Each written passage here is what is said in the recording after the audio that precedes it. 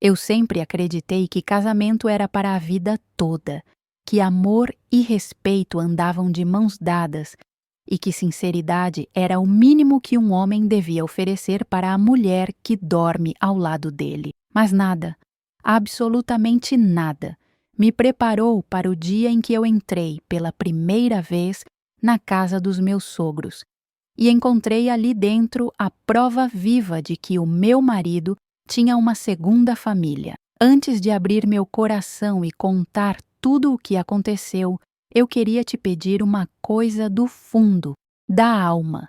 Se essa história mexer com você, deixa o seu like, se inscreve no canal e comenta aí de qual cidade você está assistindo esse vídeo. Isso ajuda demais e me faz sentir que eu não estou sozinha enquanto conto tudo isso. Agora respira fundo e vem comigo, porque o que eu vou te dizer ainda dói, mas hoje eu já consigo transformar essa dor em aprendizado. Meu nome é Maria das Graças, mas todo mundo me chama de Graça. Tenho 60 anos, o cabelo já bem grisalho, preso quase sempre num coque simples, porque a vaidade, com o tempo, foi dando lugar à praticidade. Minhas mãos são cheias de marquinhas, dedos tortos de tanto esfregar roupa em tanque e segurar vassoura, e meus joelhos estalam quando eu levanto da cadeira, lembrando que a idade chegou sem pedir licença. Eu nasci e cresci na periferia de Belo Horizonte, numa casinha simples de 2 cômodos, dividindo o colchão com minhas 2 irmãs, Maria Cristina e Rosilene, enquanto minha mãe, Dona Lourdes, se virava em 1000 para criar a gente sozinha. Meu pai, José, foi embora quando eu ainda tinha 8 anos. Um dia ele saiu para comprar cigarro e nunca mais voltou. Parece clichê, eu sei, mas foi assim mesmo. Minha infância foi de muito aperto, mas também de muita fé. A gente quase sempre tinha mais café do que pão, mais esperança do que comida. Mas minha mãe ensinou para nós 3 que honestidade era coisa sagrada. Ela falava: "Filha, homem que mente é pior do que homem pobre, porque a pobreza a gente enfrenta, agora a mentira corrói a alma da gente." Eu cresci com isso na cabeça, repetindo como oração. Talvez por isso, tudo o que aconteceu depois tenha me rasgado tanto por dentro. Eu conheci o Fernando quando eu tinha 23 anos. Eu trabalhava como diarista na casa de uma família de classe média, perto do centro, e pegava 2 ônibus para chegar lá. Era um dia de chuva fina, aquele chuvisco que gruda na roupa e deixa o cabelo grudado na testa. Quando eu desci do segundo ônibus e pisei numa poça de água suja molhando o pé inteiro. Eu lembro de ter resmungado baixinho: "Que dia desgramado, vi." Foi então que eu ouvi uma voz atrás de mim dizendo: "Se te consola, moça, eu também acabei de enfiar o pé na lama." Eu virei e vi um homem magro, alto, camisa social azul clara, mangas dobradas, calça escura, com a barra molhada de barro. Ele segurava uma pasta de couro surrada e sorria com um jeito meio tímido, meio brincalhão. Eu respondi qualquer coisa, meio sem graça, e fui andando rápido, mas ele veio do meu lado. Disse que se chamava Fernando, que trabalhava numa empresa ali perto, no setor administrativo. Perguntou meu nome, para onde eu ia, se eu sempre pegava aquele ônibus. Eu, desconfiada, respondia pouco. Na minha cabeça, ecoava a voz de Dona Lourdes: "Cuidado com conversa de homem na rua, meu bem." Mas tinha alguma coisa no jeito dele que parecia diferente. Ele falava baixo, olhava nos meus olhos sem olhar para o meu corpo e ria de si mesmo, dizendo que vivia tropeçando, atrasado, desorganizado. A gente acabou descobrindo que descia quase no mesmo ponto. Eu para trabalhar, ele para o escritório. Foram umas 2 semanas de encontros casuais no ponto de ônibus. Um dia ele chegou com um guarda-chuva grande e me chamou para ficar embaixo, para eu não me molhar tanto. Eu hesitei, Mas entre a vergonha e a chuva, escolhi o guarda-chuva. Lembro do cheiro dele, uma mistura de desodorante simples com roupa limpa e um pouco de café. Lembro também da proximidade, do braço dele relando de leve no meu e do silêncio que se formou por alguns segundos. Ele quebrou o clima dizendo, brincando, que se a gente continuasse dividindo o guarda-chuva daquele jeito, o povo ia começar a falar. Eu ri, mas por dentro senti meu coração bater mais rápido. Quando ele me chamou para tomar um café num sábado à tarde, eu quase disse não. Eu já tinha tido um namorado antes, o Fábio, um rapaz da rua de baixo, mas ele bebia demais, era ciumento, e eu acabei terminando depois de uma cena feia em que ele me empurrou na frente de todo mundo. Desde então, eu tinha medo de me envolver de novo. Só que Fernando era atencioso. Ligava do orelhão para saber se eu tinha chegado bem, respeitava meus horários, não insistia quando eu dizia que estava cansada. No fundo, eu estava carente. Eu queria alguém que ficasse feliz quando eu chegasse, que me perguntasse como foi meu dia, que dividisse comigo o peso das contas, dos boletos, da vida. A gente começou a namorar de maneira simples. Ele ia lá em casa, sentava na varanda de cimento cru com minha mãe e minhas irmãs, tomava café coado no coador de pano, comia bolo de fubá e conversava olhando no olho de Dona Lourdes, chamando ela de senhora, pedindo bênção. Minha mãe gostava dele, dizia que ele era diferente dos outros rapazes da vila, mais educado, mais centrado. Ele sempre falava da família dele com muito orgulho. Dizia que os pais, seu José e Dona Teresa, moravam em um bairro um pouco melhor, numa casinha própria que eles tinham lutado a vida toda para comprar.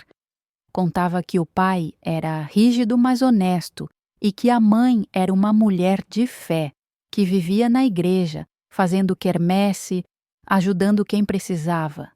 Eu, no fundo, tinha muita curiosidade de conhecer meus futuros sogros. Sempre imaginei como seria ter uma sogra que me chamasse de filha, que me ensinasse receita de almoço de domingo, que me desse conselho de mulher mais velha. Eu não tive pai presente, não tive tio por perto. A família sempre foi pequena e espalhada, então a ideia de entrar em uma casa cheia de parentes me enchia de esperança. Só que, desde o começo, tinha uma coisa estranha. Sempre que eu perguntava quando eu ia conhecer os pais dele, Fernando desconversava. Eu falava, Fernando, qualquer dia me leva lá na casa do seu José e da Dona Teresa, uai. E ele apertava os lábios, olhava para o lado e respondia, ah, Graça, não é muito bom ir lá agora, não. Meu pai é meio bravo, não gosta de visita, ainda mais namorada. Vamos esperar um pouco, deixa eu ajeitar umas coisas primeiro. No começo, eu levei na esportiva. Achei que era vergonha dele, ou medo do pai não gostar de mim logo de cara. Só que os meses foram passando, a gente noivou e nada de eu conhecer a tal casa. Nosso casamento foi simples, mas muito bonito para mim. Casei de vestido branco alugado, véu curto, buquê de rosas artificiais que minha irmã Rosilene arrumou com tanto carinho. A igreja cheirava a flor e vela, e o chão estava um pouco grudando de cera. Lembro de quase escorregar na entrada. Fernando estava de terno escuro, gravata vinho, o cabelo bem penteado para trás e um brilho diferente nos olhos. Quando o padre perguntou se ele prometia me amar e respeitar, ele segurou minha mão com força e respondeu com a voz firme. Naquele momento eu acreditei de verdade que estava fazendo a escolha certa, que eu finalmente teria a família que sempre sonhei. Depois da cerimônia, fizemos uma recepção pequena no salão da igreja, com refrigerante quente, pastel, pão com carne, bolo de 3 camadas que minha mãe pagou em 5 vezes. Os pais de Fernando foram, sim, ao casamento. Eu os vi poucas vezes, em encontros rápidos, sempre cercados de gente. Seu José, um homem de olhar duro, bigode bem aparado, quase não falava comigo. Dona Teresa sorria, mas de um jeito que eu nunca soube decifrar direito. Ela me chamou de minha nora uma vez, apertando meu braço com certa força, e disse que desejava que eu fizesse o Fernando feliz. Mas logo alguém chamava, puxava os dois, e a gente não chegava a ter uma conversa de verdade. Logo depois que a gente casou, eu pensei que finalmente iria conhecer a casa deles com calma, sentar na sala, tomar café, ouvir histórias de família. Foi aí que veio a primeira proibição, dita assim, de repente, numa tarde de terça-feira, enquanto eu lavava a louça. Ele chegou do trabalho, jogou a pasta em cima do sofá e, meio do nada, falou: Graça, tem uma coisa que eu preciso te pedir. Eu, com a mão ainda cheia de espuma, respondi: Pede. Uai.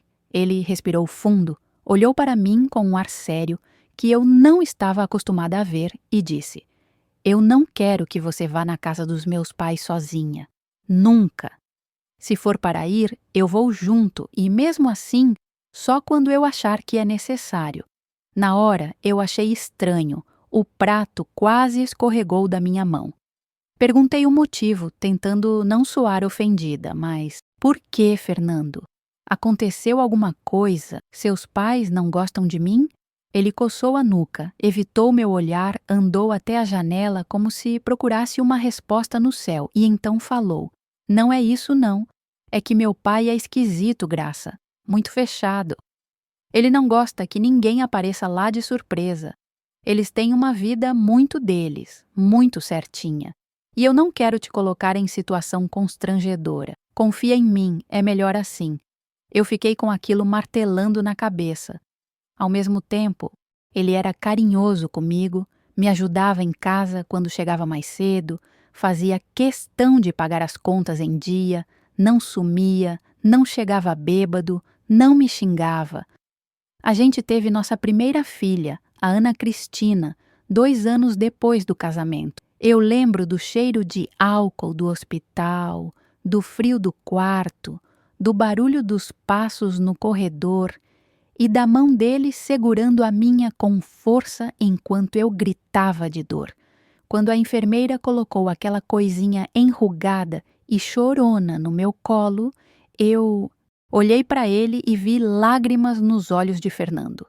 Ali, mais uma vez, eu tive certeza de que tinha construído algo bom. O tempo foi passando e essa história da casa dos sogros virou um ponto cego no meu casamento. Às vezes doía, mas eu empurrava para baixo do tapete. De vez em quando, Dona Teresa ligava aqui em casa, perguntava pela neta, dizia que estava com saudade, mas sempre falava que era melhor a gente se encontrar em algum outro lugar. Na praça, na igreja, num aniversário de parente. A casa deles continuava sendo quase um território proibido para mim. Eu fui 1 ou 2 vezes com o Fernando, em datas muito específicas, tipo Natal, e mesmo assim, tudo acontecia muito rápido.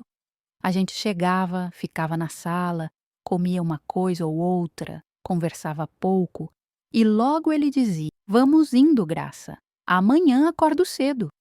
Eu não conhecia os quartos, não sabia como era a cozinha, nunca tinha aberto uma gaveta naquela casa. O máximo que eu via era a sala, sofá marrom gasto, uma estante com bibelôs, uma televisão antiga, cortina bege com cheiro de guardado e na parede um quadro enorme do Sagrado Coração de Jesus. O chão de taco tinha um brilho opaco. E sempre que eu pisava lá, sentia um frio estranho percorrer a espinha, como se eu não pertencesse àquele lugar.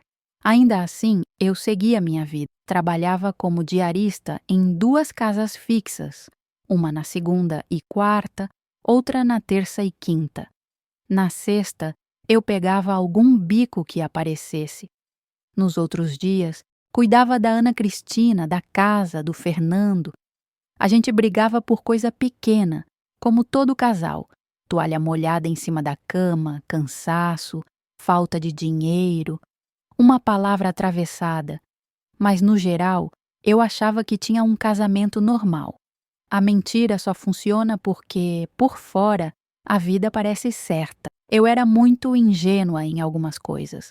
Não mexia no celular dele, até porque, naquela época, nem era tão comum assim. Tinha os primeiros celulares simples, depois vieram os smartphones, mas eu nunca fui muito tecnológica. Ele sempre dizia que essas coisas me deixariam mais preocupada do que informada. Eu acreditava. Minha preocupação maior era encher a geladeira, pagar o aluguel, comprar material escolar para nossa filha. A gente não tinha luxo, mas também não passava fome.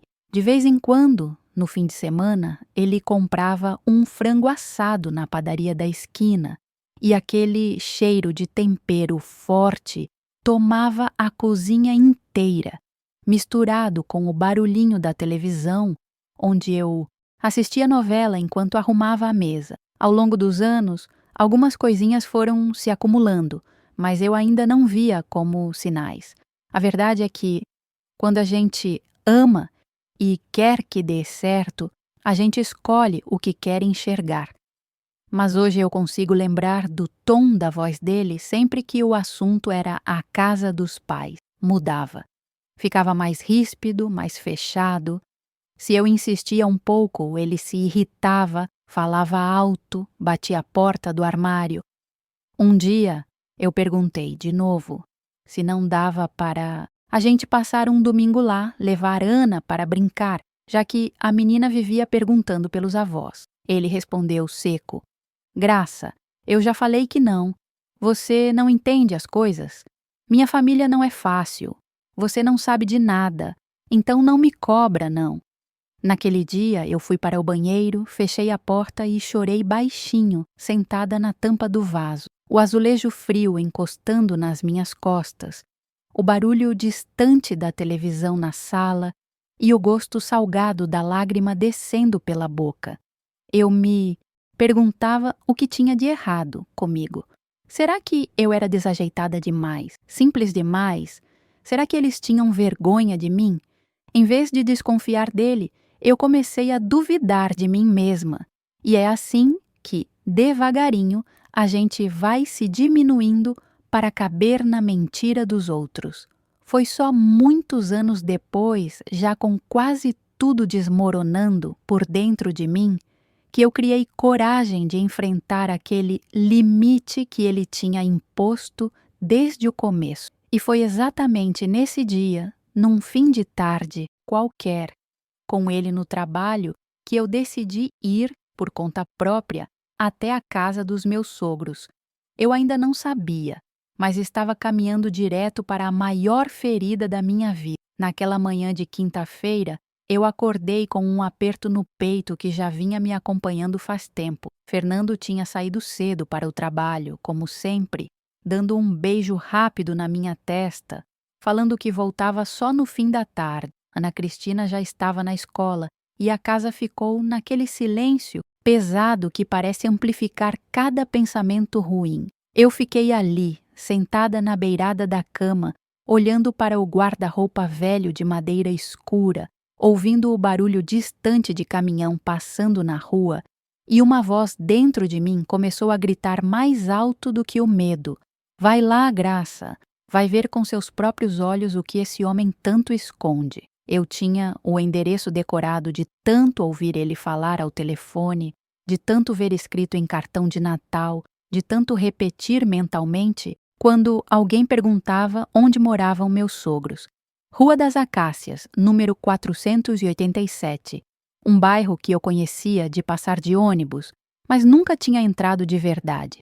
Casas simples, muradas, portões de ferro, jardins pequenos com pés de rosa e hortelã plantados em lata de tinta. O tipo de vizinhança onde todo mundo sabe da vida de todo mundo, onde as senhoras varrem a calçada de manhã cedo e ficam de olho em quem passa. Eu me arrumei devagar, escolhendo uma blusa azul clara, uma calça jeans que já estava desbotada de tantas lavagens e uma sapatilha marrom que me deixava mais confortável para andar.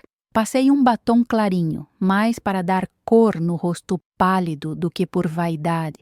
Prendi o cabelo num rabo de cavalo frouxo e peguei a bolsa de alça comprida onde eu sempre carregava carteira, documento, um lenço de pano, balas de hortelã e a chave de casa. Meu coração batia tão forte que eu sentia o pulso latejando no pescoço.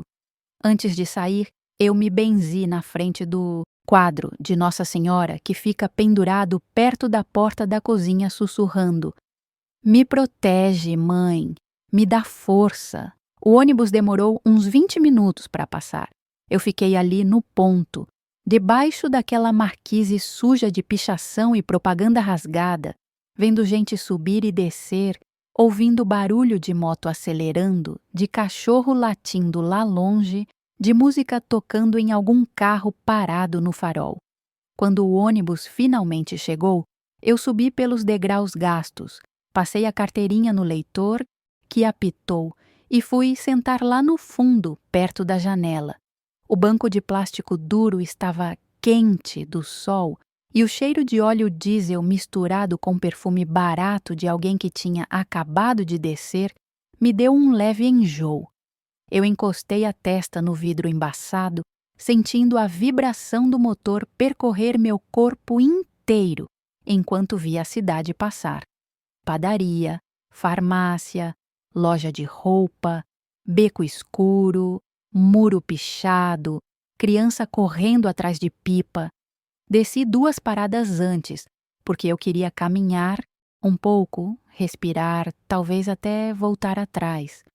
Mas meus pés me levaram, quase no automático, pela calçada estreita e cheia de buraco. Eu passei por uma senhora regando plantas, que me olhou de canto de olho, e por um homem consertando bicicleta na garagem, que nem levantou a cabeça. A Rua das Acácias era exatamente como eu imaginava, tranquila, cheia de árvores antigas que faziam sombra grossa no asfalto rachado, alguns carros velhos estacionados, portões fechados, silêncio de meio de semana.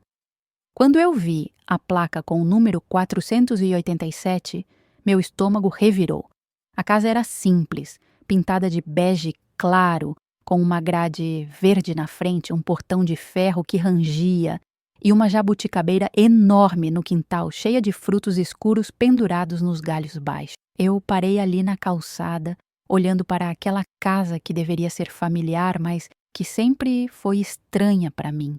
Minha mão suava segurando a alça da bolsa. Eu respirei fundo, engoli seco e caminhei até o portão. Encostei a mão no ferro frio e empurrei de leve. O portão abriu com um gemido alto, que pareceu ecoar pela rua inteira.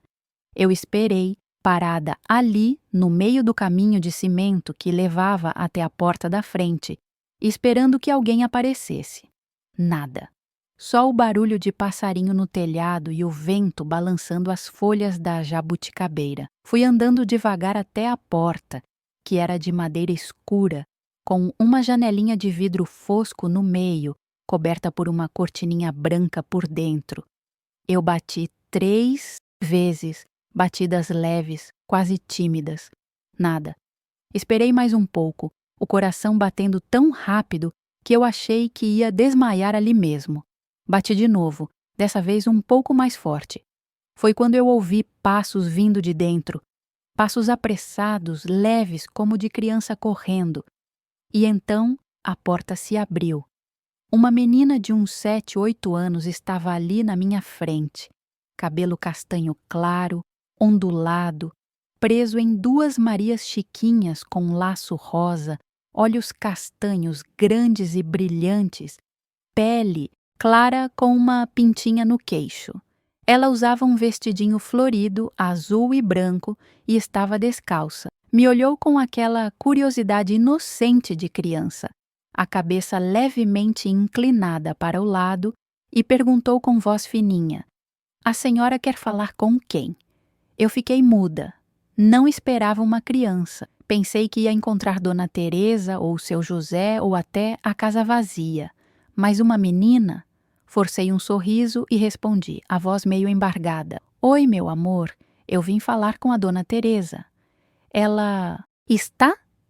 A menina gritou para dentro da casa, virando a cabeça, mas sem sair da porta. Mãe, tem uma moça aqui. Mãe, ela disse, mãe. Meu coração gelou. Eu pensei, deve ser neta, filha de algum filho que eu não conheço, alguma sobrinha. Mas algo no jeito que ela falou, no tom natural, me deixou com um frio na espinha. Foi quando uma mulher apareceu no corredor. Ela vinha enxugando as mãos num pano de prato listrado, o cabelo castanho escuro, preso num coque mal feito, a pele morena clara, usando uma calça de moletom cinza e uma blusa branca de alça. Ela tinha uns 40 e poucos anos, talvez, o rosto cansado, olheiras profundas, mas ao mesmo tempo uma expressão suave, quase maternal.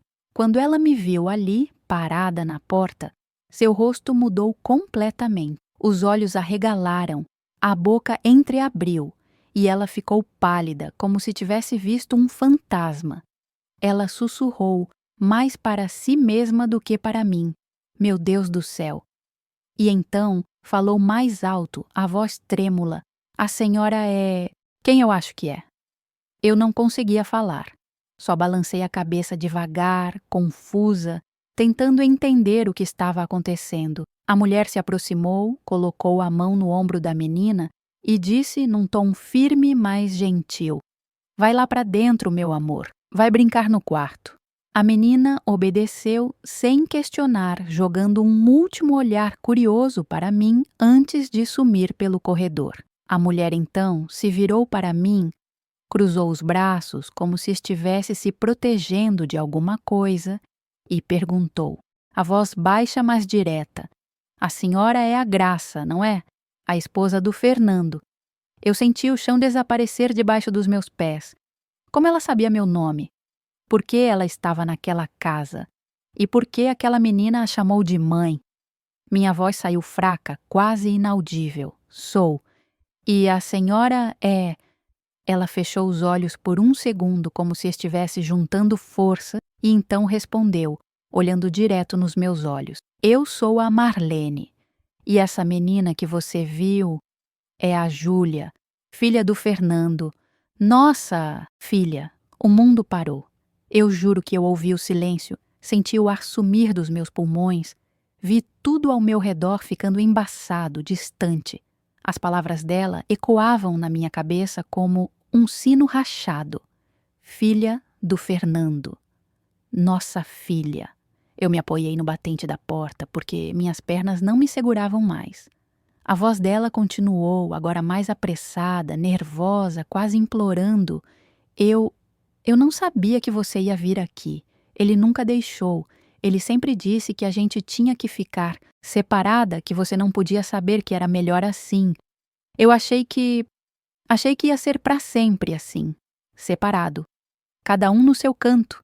Mas ele cuida de nós, a senhora precisa saber disso.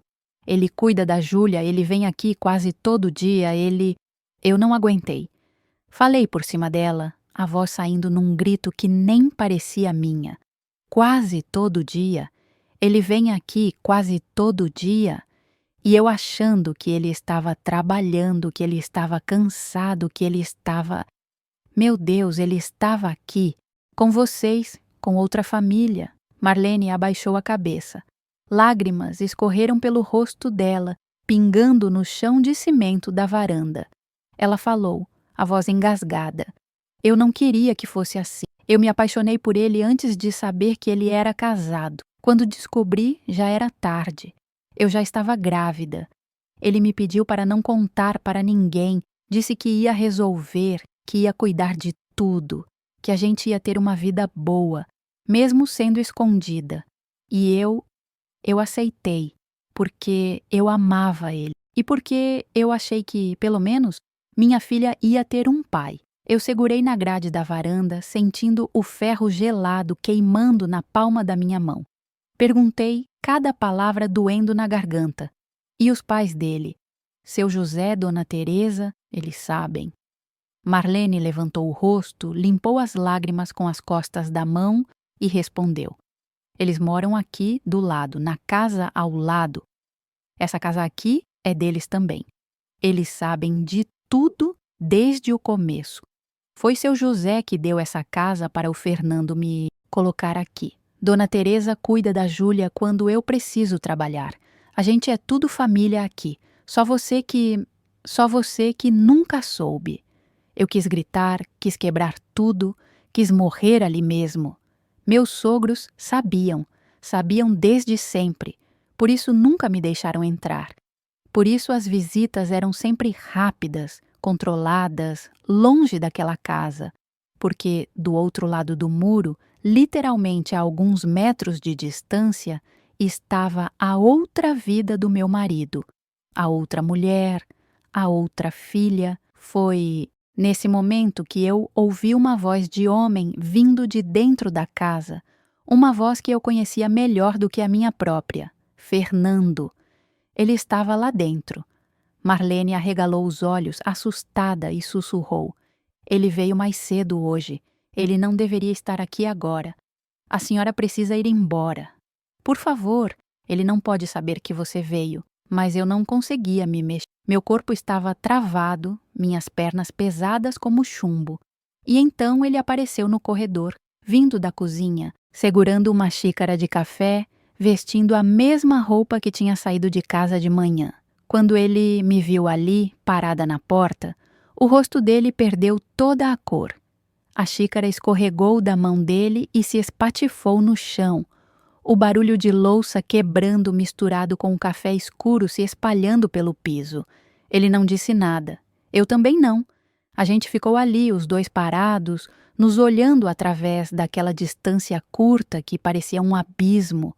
Marlene estava entre nós, as mãos tremendo, sem saber o que fazer. E lá no fundo da casa, eu ouvi a risada da menina, a Júlia, brincando, alheia a tudo. Aquela risada inocente que deveria ser só alegria, mas que para mim soou como a coisa mais dolorosa do mundo. Fernando finalmente se mexeu. Deu um passo para a frente, a voz saindo rouca, desesperada. Graça, eu posso explicar. Por favor, me deixa explicar. Mas eu já estava virando as costas. Eu não queria ouvir. Não naquele momento. Eu saí pela porta, atravessei o quintal correndo, abri o portão que rangeu alto de novo e saí para a rua. Ele gritou meu nome atrás de mim, mas eu não parei. Eu andei rápido, quase correndo, as lágrimas embaçando minha visão, as pessoas na rua virando para me olhar, mas eu não me importava. Eu só queria sumir, desaparecer, acordar daquele pesadelo. Quando finalmente parei, estava em uma praça alguns quarteirões depois, sentada em um banco de madeira rachado, debaixo de um pé de flamboyant, as flores vermelhas caídas no chão ao redor dos meus pés. Eu chorei, ali, sozinha, com a cabeça entre as mãos, sentindo meu mundo inteiro desmoronando. Tudo o que eu achava que sabia sobre a minha vida, sobre o meu casamento, sobre o homem que dormia ao meu lado há mais de 30 anos, era mentira. Mentira.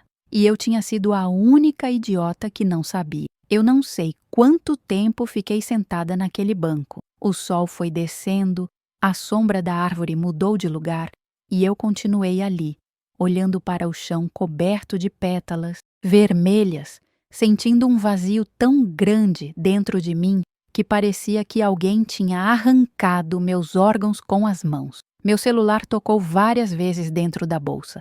Eu sabia que era ele, mas eu não conseguia atender. Só de imaginar a voz dele do outro lado, inventando desculpas, pedindo perdão, tentando minimizar o que eu tinha visto, me dava âmago de vômito. Quando o céu começou a ficar alaranjado, eu me levantei. Minhas pernas estavam dormentes e eu precisei me segurar no encosto do banco para não cair. Caminhei até o ponto de ônibus mais próximo, peguei o primeiro que passou e voltei para casa no piloto automático. O ônibus estava cheio, gente encostando em mim, cheiro de suor misturado com perfume doce demais, barulho de música alta no fone de alguém, mas eu estava completamente desconectada. Era como se eu estivesse vendo tudo de longe através de um vidro grosso que abafava o som e apagava as cores. Quando cheguei em casa, já era quase noite. A luz da sala estava acesa. Ele estava lá. Eu respirei fundo antes de abrir a porta, preparando meu corpo para o confronto que eu sabia que viria. Entrei devagar, fechei a porta atrás de mim com cuidado e encontrei Fernando sentado no sofá, a cabeça entre as mãos, os ombros curvados. Ele levantou o rosto quando me ouviu entrar. Os olhos dele estavam vermelhos, inchados, como se ele tivesse chorado também. Mas eu não senti pena, eu só senti raiva. Ele se levantou rápido, deu 2 passos na minha direção, mas parou quando viu a expressão no meu rosto. Começou a falar, atropelando as palavras. Graça, pelo amor de Deus, me escuta. Eu sei que você está com raiva, eu sei que você está machucada, mas deixa eu te explicar como tudo aconteceu. Não foi planejado, eu juro. Eu nunca quis te machucar. Você é a mulher da minha vida. Você é a mãe da minha filha. Você é... Eu levantei a mão, cortando ele no meio da frase. Minha voz saiu gelada. Mais calma do que eu imaginava que conseguiria. Não. Você não vai me explicar nada agora. Eu não quero ouvir. Eu preciso de tempo para processar isso, para entender o tamanho da mentira que você construiu. 30 anos, Fernando. 30 anos dormindo na mesma cama que eu, me olhando nos olhos, me fazendo acreditar que a gente tinha uma vida, que a gente era uma família. E o tempo todo você tinha outra. Outra mulher, outra filha, outra casa. E seus pais sabiam. Todo mundo sabia, menos eu. Ele tentou falar de novo, mas eu não deixei.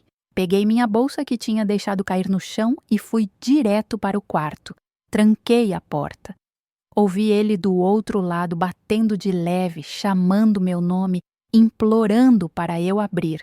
Mas eu me joguei na cama, enterrei o rosto no travesseiro e deixei sair tudo que estava preso dentro de mim. Um choro profundo que saía do fundo da alma, que fazia meu corpo tremer inteiro, que molhava o travesseiro até ficar encharcado. Naquela noite eu não dormi. Fiquei olhando para o teto, repassando cada momento dos últimos anos, tentando encontrar os sinais que eu não tinha visto. E eles estavam lá. Sempre estiveram. As ligações que ele atendia no banheiro, a voz baixa, o corpo tenso. Às vezes que ele chegava em casa cheirando diferente. Um perfume suave que eu achava que era de alguma colega de trabalho. Os fins de semana que ele dizia que precisava fazer hora extra, ou ajudar um amigo, ou resolver um problema na empresa. As desculpas sempre tão bem construídas, tão críveis. Ele era bom nisso, bom em mentir olhando nos meus olhos. E tinha também aquele dia, alguns anos atrás, quando eu encontrei um brinquedo de criança no porta-malas do carro dele. Um ursinho de pelúcia pequeno, marrom, com um lacinho vermelho no pescoço. Eu perguntei de quem era, e ele disse sem piscar: "Ah, comprei para dar de presente para a filha de um colega do trabalho. Aniversário dela. Esqueci de entregar." Eu acreditei, claro que acreditei. Por que eu duvidaria? Agora eu sei que aquele ursinho era para a Júlia, para a menina que eu nem sabia que existia. Nos dias seguintes, a rotina da casa virou um inferno silencioso. Fernando tentava conversar comigo, mas eu desviava. Ele tentava me tocar, mas eu me afastava. A gente dividia o mesmo espaço, mas era como se fôssemos 2 estranhos. Ana Cristina, que já era adulta e morava com a gente ainda enquanto terminava a faculdade, percebeu que algo estava errado. Ela me perguntou, uma tarde, Enquanto a gente dobrava roupa na área de serviço, mãe, o que está acontecendo com você e o pai? Vocês nem se olham mais. Eu não consegui contar para ela. Não ainda. Eu tinha medo de destruir a imagem que ela tinha do pai. Então eu menti. Exatamente como ele tinha mentido para mim por tanto tempo. É só cansaço, minha filha. Coisa de casal. Passa. Mas não passava. A raiva dentro de mim só crescia, e junto com a raiva vinha a humilhação. Eu pensava em quantas vezes eu tinha defendido ele para as minhas amigas, para minha mãe, para minhas irmãs. Quantas vezes eu tinha dito: meu marido é trabalhador, meu marido é honesto, meu marido me respeita. E o tempo todo eu era motivo de pena, a mulher enganada, a idiota que não sabia de nada. Uma semana depois daquela descoberta, eu recebi uma ligação. Era um número que eu não conhecia. Atendi com receio e do outro lado veio a voz de Marlene. Ela falava baixo, nervosa. Graça, eu sei que você não quer falar comigo. Eu entendo. Mas eu precisava te dizer uma coisa. Eu não sabia quando comecei com ele que você existia. Ele me disse que era solteiro. Quando eu descobri a verdade, eu já estava grávida de 5 meses. Eu pensei em abortar, mas eu não consegui. E ele me convenceu a ficar. Disse que ia cuidar de mim, que ia dar tudo para a criança. E ele cumpriu. Ele sempre cumpriu. Mas eu sei que isso não muda nada para você. Eu sei que eu sou parte do problema. E eu sinto muito, muito mesmo. Eu ouvi tudo em silêncio. Quando ela terminou, eu só consegui dizer: você acha que eu quero a sua pena? Você acha que isso faz diferença agora? Você destruiu a minha vida, você e ele, e desliguei na cara dela, mas as palavras dela ficaram ecoando. Será que ela era vítima também? Ou era cúmplice? Eu não sabia mais o que pensar. Minha cabeça estava uma bagunça, cheia de perguntas sem resposta, de dor sem alívio. Fernando começou a ficar mais insistente. Uma noite ele entrou no quarto, mesmo eu, pedindo para ele dormir no sofá, e se ajoelhou do lado da cama. Ele segurou minha mão com força e começou a falar, a voz embargada. Graça, eu errei muito. Mas eu te amo, eu sempre te amei. A Marlene foi um erro, um momento de fraqueza. Eu estava confuso, estava cansado, e ela apareceu na minha vida no momento errado. Mas você é a minha esposa. Você é a minha família de verdade. A outra era só uma obrigação por causa da criança. Eu não podia abandonar uma criança. Você entende isso, não entende? Eu puxei minha mão de volta, com nojo. Respondi a voz cortante. Obrigação? Você chama de obrigação ter uma casa ao lado dos seus pais para a sua amante? Ir lá todo dia? Cuidar dela, da filha? Construir uma vida paralela? Isso não é obrigação, Fernando. Isso é escolha. E você escolheu mentir para mim todos os dias durante anos. Você me olhava nos olhos e mentia. Você me beijava e mentia. Você dizia que me amava e mentia. Ele tentou argumentar, mas eu não deixei. Mandei ele sair do quarto e dessa vez ele obedeceu. Mas eu sabia que aquilo não ia terminar ali. Eu sabia que, mais cedo ou mais tarde, eu teria que tomar uma decisão: ficar ou sair, perdoar ou romper. Mas naquele momento eu não tinha força para nada. Eu só tinha vontade de desaparecer. Foi então que comecei a notar outras coisas. Pequenas coisas que, sozinhas, não significariam nada, mas juntas pintavam um quadro ainda mais sombrio. Eu encontrei em uma gaveta, antiga que ele quase nunca abria, um envelope amarelado. Dentro tinha fotos. Fotos da Júlia bebê, da Marlene grávida, sorrindo ao lado dele, de aniversários, de festas, de momentos felizes. Uma vida inteira documentada, escondida ali, a poucos metros de onde eu dormia todas as noites. Eu sentei no chão do quarto com aquelas fotos espalhadas ao meu redor e senti algo quebrar definitivamente dentro de mim. Não era só raiva, era desgosto.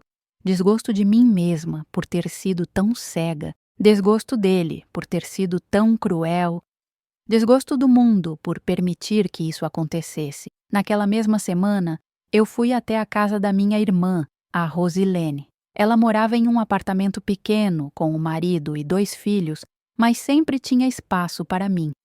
Quando eu cheguei, ela percebeu na hora que algo estava errado. Me puxou para dentro, me sentou no sofá e perguntou: "O que foi, Graça? O que aconteceu?" E eu contei tudo. Desde o dia que fui até a casa dos sogros até as fotos que eu tinha encontrado. Rosilene me ouviu em silêncio, os olhos arregalados, a mão tampando a boca.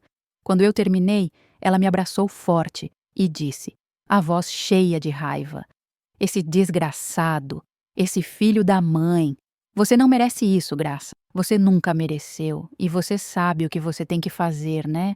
Você tem que sair dessa casa, tem que sair dessa vida, antes que ele acabe com você de vez." Eu sabia que ela estava certa, mas sair era mais fácil falar do que fazer. Eu não tinha dinheiro guardado, não tinha para onde ir. Minha filha ainda estava estudando, dependia de mim. E no fundo, uma parte idiota de mim ainda tinha a esperança de que aquilo fosse um pesadelo, de que eu fosse acordar e descobrir que nada daquilo era real. Foi numa segunda-feira, quase 3 semanas depois da minha descoberta, que tudo explodiu de vez. Eu tinha passado o fim de semana inteiro na casa da Rosilene, tentando organizar meus pensamentos, tentando encontrar forças para tomar uma decisão. Fernando ligou umas 20 vezes, mandou mensagens desesperadas, mas eu não respondi nenhuma. Quando voltei para casa naquela manhã, encontrei ele sentado na mesa da cozinha, com uma expressão que eu nunca tinha visto antes. Não era arrependimento, era medo. Ele se levantou quando me viu entrar, as mãos tremendo, e falou num fôlego só: "A Marlene está grávida de novo. De 5 meses, eu acabei de descobrir." Ela não tinha me contado antes porque tinha medo da minha reação, mas agora ela não consegue mais esconder. E os meus pais estão pressionando a gente para tornar as coisas oficiais. Eles querem que eu me separe de você e assuma a família de lá de vez. Eu senti como se tivessem jogado um balde de água gelada na minha cabeça. Grávida. De novo, 5 meses. Isso significava que, mesmo depois de eu ter descoberto tudo, mesmo durante essas últimas semanas em que ele jurava que queria me reconquistar, que me amava, que ia terminar com aquela situação, ele continuou com ela. Continuou dormindo com ela. Continuou construindo aquela outra vida. Minha voz saiu num sussurro ríspido, cada palavra carregada de veneno. Você continuou com ela. Mesmo depois de tudo, mesmo sabendo o quanto isso me destruiu. Ele tentou se aproximar, mas eu dei um passo para trás, encostando na geladeira. Ele falou rápido, tropeçando nas palavras. "Foi antes de você descobrir, Graça. A gravidez foi antes. Eu juro, eu não sabia. Ela só me contou agora porque não conseguiu mais esconder. Mas eu não quero ficar com ela. Eu quero ficar com você. Eu escolho você. Sempre escolhi você." Eu dei uma risada amarga, sem humor nenhum. "Escolheu? Você me escolheu quando construiu uma casa ao lado dos seus pais para colocar ela, quando engravidou ela de novo, quando passou 30 anos mentindo na minha cara."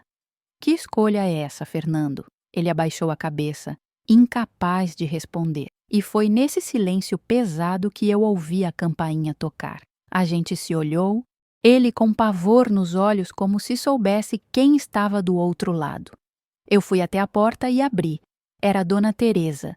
Minha sogra estava ali, na soleira da porta, vestida com uma saia longa azul marinho e uma blusa de manga comprida branca, o cabelo preso num coque apertado, a bolsa pendurada no braço e uma expressão dura no rosto. Ela nem esperou eu convidar. Entrou direto, passou por mim como se eu fosse invisível e foi direto para a cozinha, onde Fernando estava parado, pálido. Ela olhou para ele com desaprovação e falou, a voz firme e autoritária. Seu pai mandou eu vir aqui resolver isso de uma vez. Você tem que tomar uma decisão, Fernando. A Marlene está esperando seu segundo filho, a Júlia está crescendo e precisa de estabilidade. E essa situação não pode continuar assim. Você tem que escolher. Ou você assume sua responsabilidade de homem e fica com a família de verdade, ou você continua aqui nessa farsa. Ela chamou o meu casamento de farsa. Eu senti o sangue subir para o rosto, as mãos fechando em punhos. Dei um passo à frente e falei, a voz tremendo de raiva. Farsa? A senhora está me chamando de farsa? Eu que casei no papel, na igreja, na frente de Deus e de todo mundo? Eu que vivi com esse homem por mais de 30 anos, que criei minha filha, que lavei, passei, cozinhei, cuidei, e a amante escondida que vocês mantiveram do outro lado do muro é a família de verdade? Dona Teresa me olhou com frieza, sem demonstrar nenhuma emoção, e respondeu, você nunca entendeu a situação, Maria das Graças. O Fernando cometeu um erro com você. Ele se casou rápido demais, pressionado, sem pensar direito. Mas a Marlene é diferente. Ela veio de uma família boa, ela tem valores parecidos com os nossos, ela cuida dele do jeito certo. E agora, com mais uma criança vindo, não tem mais como adiar. Ele precisa fazer a coisa certa. Eu não acreditei no que estava ouvindo. Erro. Ela estava chamando o nosso casamento de erro. E pior, estava tentando me convencer de que eu era o obstáculo, que eu era o problema. Olhei para Fernando, esperando que ele dissesse alguma coisa, que me defendesse, que botasse a mãe dele no lugar dela. Mas ele continuou calado, olhando para o chão covarde. Foi então que eu perdi completamente o controle. Gritei, num volume que eu nem sabia que era capaz. Sai da minha casa! Sai agora! Você não tem direito de vir aqui me julgar, de me tratar como se eu fosse nada. Você sabia dessa mentira desde o começo. Você ajudou a esconder. Você é tão culpada quanto ele. E agora vem aqui, na minha casa, me dizer que eu sou o erro?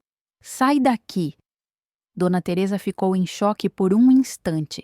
Não esperava aquela reação. Ela olhou para Fernando, esperando que ele me controlasse, mas ele continuou imóvel. Ela então ajeitou a bolsa no braço, levantou o queixo com dignidade falsa e disse: Você vai se arrepender de falar assim comigo. E quando ele tomar a decisão certa, você vai ficar sozinha, sem nada, porque tudo o que vocês têm foi construído com a ajuda da nossa família. Essa casa, esse carro, tudo. Você acha que ele conseguiria sustentar 2 famílias sozinho? Pensa de novo. Ela saiu, batendo a porta atrás dela com força. O barulho ecoou pela casa inteira e o silêncio que veio depois era ensurdecedor. Eu fiquei ali, parada no meio da sala, tremendo da cabeça aos pés, as lágrimas escorrendo pelo rosto, o coração batendo tão forte que doía no peito. Fernando finalmente se mexeu. Veio até mim, tentou me segurar pelos ombros, mas eu o empurrei com força. Gritei de novo. Não encosta em mim! Não encosta! Você me enojou, Fernando.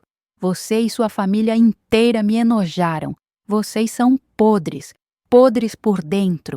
Ele tentou falar, mas sua voz saiu fraca, patética. Graça, eu não sabia que ela ia vir aqui. Eu não pedi para ela falar essas coisas. Eu o cortei cuspindo as palavras. Você não pediu? Mas também não impediu. Ficou ali, parado, deixando ela me humilhar na minha própria casa. Você é um covarde, Fernando. Um covarde mentiroso. E eu não aguento mais. Não aguento mais olhar para a sua cara. Não aguento mais respirar o mesmo ar que você. Foi nesse momento que Ana Cristina chegou. Ela tinha ido para a faculdade de manhã, mas tinha esquecido um caderno e voltou para buscar. Quando abriu a porta, nos encontrou assim. Eu, chorando, gritando, Fernando encurralado, a casa toda de cabeça para baixo. Ela largou a mochila no chão e perguntou, assustada: "O que está acontecendo aqui? Mãe, por que você está chorando? Pai, o que você fez?" Eu olhei para minha filha, para aquele rosto inocente, cheio de preocupação, e soube que não dava mais para esconder, não dava mais para proteger ela da verdade. Respirei fundo, limpei as lágrimas com as costas da mão e disse, a voz mais firme do que eu achava que conseguiria: "Senta, minha filha, eu preciso te contar uma coisa, e seu pai vai ficar aqui e ouvir junto, porque ele precisa ver o estrago que ele fez." Ana sentou devagar no sofá, os olhos indo de mim para ele, tentando entender. Eu comecei a contar, contei tudo: a descoberta, a Marlene, a Júlia, a segunda gravidez, a conivência dos avós, as mentiras, os anos de engano. Cada palavra saía como uma lâmina, cortando, rasgando, expondo tudo. Ana ficou imóvel, o rosto cada vez mais pálido, os olhos enchendo de lágrimas. Quando terminei, ela virou para o pai e perguntou, a voz quebrando: "É verdade? Tudo isso é verdade?" Fernando tentou se aproximar dela, mas ela se afastou, levantando do sofá. Ele balbuciou: "Filha, eu posso explicar. Não foi assim que sua mãe está contando. Mas Ana não deixou. Ela gritou, soluçando: "Não foi assim como? Como é que tem outra forma de contar que você traiu minha mãe por 30 anos? Que você tem outra filha? Que você tem outra família? Como é que você faz isso com a gente, pai? Como?" Fernando tentou falar, mas não saiu nada. Ele só ficou ali, com os ombros caídos, o rosto molhado de lágrimas, vendo a filha desmoronar na frente dele. Ana olhou para mim e disse entre soluços: "A gente precisa sair daqui, mãe. Eu não consigo ficar nessa casa, não consigo olhar para ele." Eu concordei. Peguei minha bolsa, algumas roupas jogadas numa sacola e saí pela porta com Ana. Fernando gritou nossos nomes, pediu para esperarmos, para conversarmos, mas a gente não olhou para trás. Descemos as escadas do prédio, entramos no carro, velho que era meu, e eu dirigi sem rumo, só querendo me afastar dali. Acabamos indo de novo para a casa da Rosilene. Quando ela abriu a porta e nos viu assim, destruídas, ela nem perguntou nada, só abriu os braços e nos abraçou forte, deixando a gente chorar no ombro dela. Naquela noite, eu, Ana e Rosilene ficamos conversando até de madrugada, tentando entender o que ia acontecer agora, como a gente ia reconstruir a vida a partir daquele caos. E pela primeira vez em semanas, mesmo com toda aquela dor, eu senti um alívio pequeno, porque agora não tinha mais volta. A verdade estava exposta, e eu não precisava mais fingir que estava tudo bem. Os dias seguintes foram os mais difíceis da minha vida.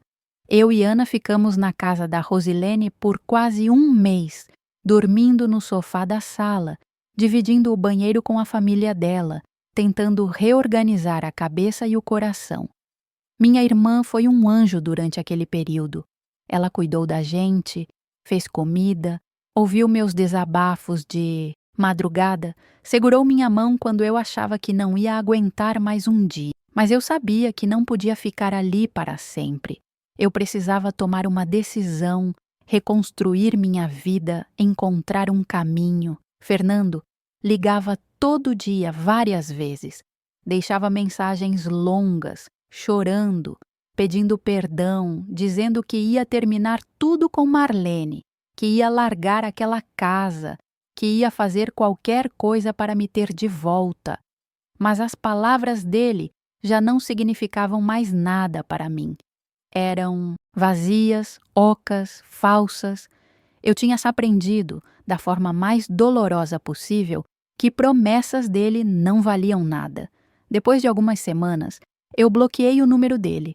Precisava de silêncio, de paz, para conseguir pensar. Foi a Cristina, minha outra irmã que morava em São Paulo, que me deu a ideia. Ela ligou um dia, quando soube de tudo, e falou com aquela firmeza dela. Graça, vem para cá. Tenha emprego aqui, tem espaço na minha casa até você se estabilizar. E você vai poder recomeçar. Longe de tudo isso, traz a Ana também. Vocês duas precisam de um novo começo. A princípio, eu tive medo. São Paulo era longe, era grande, era assustador. Eu tinha passado a vida inteira em Belo Horizonte, conhecia cada rua, cada esquina. Sair dali era como arrancar minhas raízes, mas ao mesmo tempo eu sabia que ficar seria pior. Eu ia continuar esbarrando com ele, com a família dele, com as lembranças daquela mentira.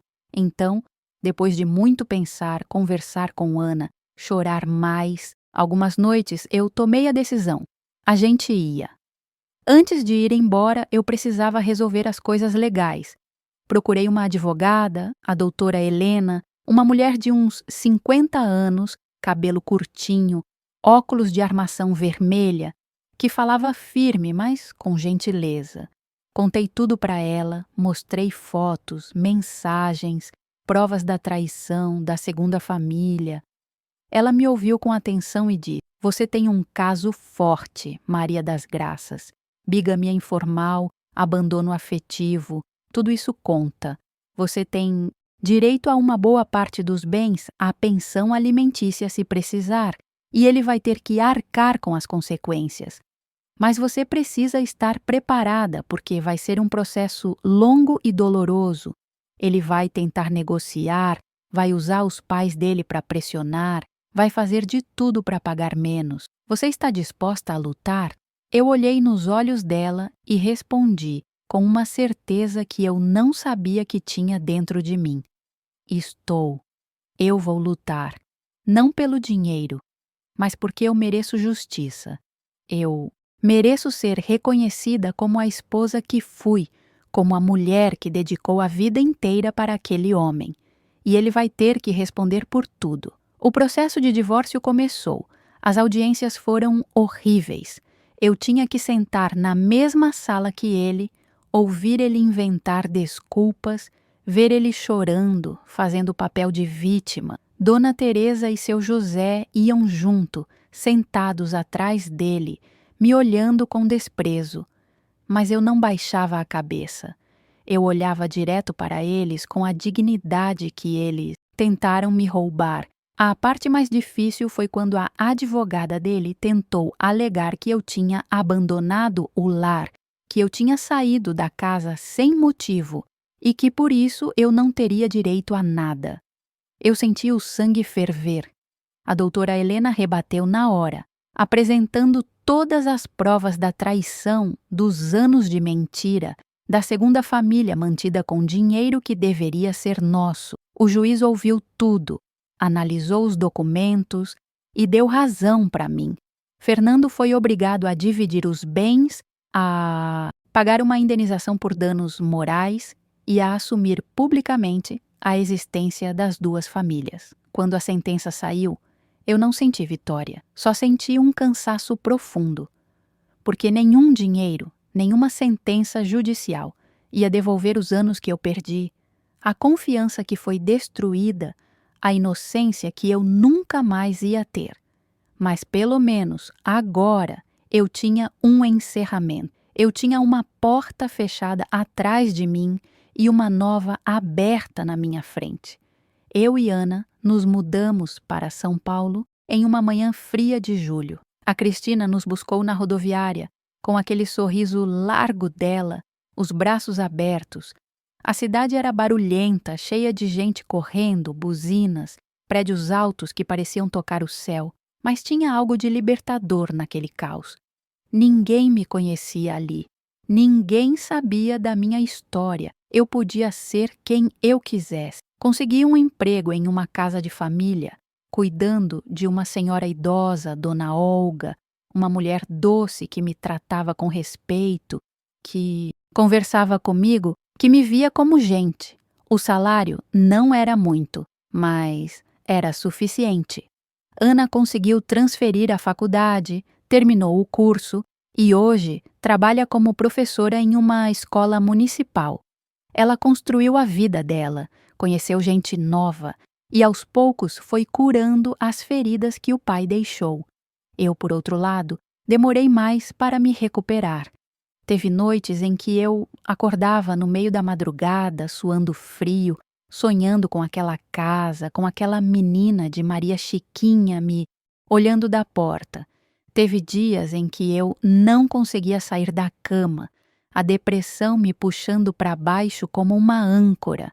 Mas a Cristina estava sempre ali, me lembrando que eu era forte, que eu ia superar, que a vida ainda tinha muito para me oferecer. Com o tempo, eu comecei a frequentar um grupo de apoio para mulheres que passaram por situações parecidas. E foi ali, sentada em um círculo com outras 10, 15 mulheres, ouvindo histórias de traição, de abandono, de recomeço, que eu percebi que eu não estava sozinha, que a dor que eu sentia era compartilhada por milhares de outras mulheres e que todas nós estávamos tentando, do nosso jeito, nos reconstruir. Foi em uma dessas reuniões que eu conheci a Fátima, uma mulher de 67 anos, cabelo todo branco, riso alto, olhos vivos. Ela tinha passado por algo parecido, descoberto a traição do marido depois de 40 anos de casamento. Mas ela não deixou aquilo destruir ela. Ela tinha voltado a estudar, tinha feito um curso de artesanato, tinha aberto um pequeno negócio e agora vivia rodeada de amigas, de projetos, de sonhos. Ela me disse uma coisa que eu nunca vou esquecer. Graça, a traição dói. Mas a gente não pode deixar a dor definir quem a gente é. A gente tem que pegar essa dor, transformar ela em força e construir uma vida nova. Uma vida que é só nossa, que ninguém pode tirar. Inspirada por ela, eu comecei a fazer pequenas mudanças na minha vida. Comecei a cuidar mais de mim, a comprar uma roupa nova de vez em quando, a deixar o cabelo solto, a usar um batom mais forte. Voltei a frequentar a igreja, não por obrigação, mas porque a fé me trazia paz. Comecei a fazer caminhadas no parque perto da casa da Cristina, sentindo o sol no rosto, o vento nos cabelos, a sensação boa de estar viva. E, aos poucos, eu fui me redescobrindo. Eu fui percebendo que eu era mais do que a esposa traída, mais do que a mulher humilhada. Eu era a Maria das Graças, a menina que cresceu na periferia, que ajudou a mãe a criar as irmãs, que trabalhou desde cedo, que lutou, que sobreviveu. E essa mulher ainda estava aqui, dentro de mim, esperando para renascer. Hoje, 4 anos depois daquele dia horrível em que eu bati na porta da casa dos meus sogros, eu posso dizer que estou bem. Não é uma felicidade perfeita, não é uma vida sem cicatrizes, mas é uma vida minha. Eu moro em um apartamento pequeno, dividido com a Ana, cheio de plantas na varanda, com cheiro de café de manhã e risada de tarde. Eu tenho amigas, tenho projetos, tenho sonhos e, principalmente, eu tenho paz. Fernando tentou entrar em contato algumas vezes ao longo desses anos. Uma vez ele apareceu em São Paulo, pediu para Ana passar meu endereço, disse que precisava falar comigo. Eu aceitei encontrar ele em um café público, cercada de gente, para ter certeza de que eu estaria segura. Ele chegou mais velho, mais cansado, o cabelo grisalho, o rosto marcado. Pediu desculpas de novo. Disse que tinha se arrependido de tudo, que tinha perdido tudo, que a Marlene tinha terminado com ele, que os pais tinham cortado relações, que ele estava sozinho. Eu ouvi tudo em silêncio. E quando ele terminou, eu simplesmente disse: "Eu te perdoo, Fernando. Não por você, mas por mim." porque eu não quero mais carregar esse peso. Mas isso não significa que eu quero você de volta na minha vida. Você fez escolhas e agora você tem que viver com as consequências. Eu desejo que você encontre paz de verdade, mas longe de mim. Ele chorou, tentou segurar minha mão, mas eu me levantei, peguei minha bolsa e saí. E dessa vez eu não olhei para trás. Agora, enquanto eu conto essa história para vocês, eu quero deixar uma mensagem para todas as pessoas que estão passando por algo parecido, que descobriram uma traição, que estão perdidas, sem chão, sem saber o que fazer. Você vai sobreviver. Eu sei que parece impossível agora. Eu sei que a dor parece eterna, mas você é mais forte do que imagina. Você tem dentro de você uma força que você ainda não descobriu. E com o tempo, com ajuda, com fé, você vai se reconstruir. Vai ser diferente, vai ter cicatrizes, mas você vai estar de pé. E isso por si só já é uma vitória. Não deixe a traição de alguém definir o seu valor. Você vale muito. Você sempre valeu. E você merece uma vida cheia de verdade, de respeito, de amor real. Não se contente com menos. E se você precisar sair, saia. Mesmo com medo, mesmo sem ter tudo planejado. Porque viver em uma mentira é pior do que enfrentar a incerteza de um recomeço. Obrigada por me ouvir.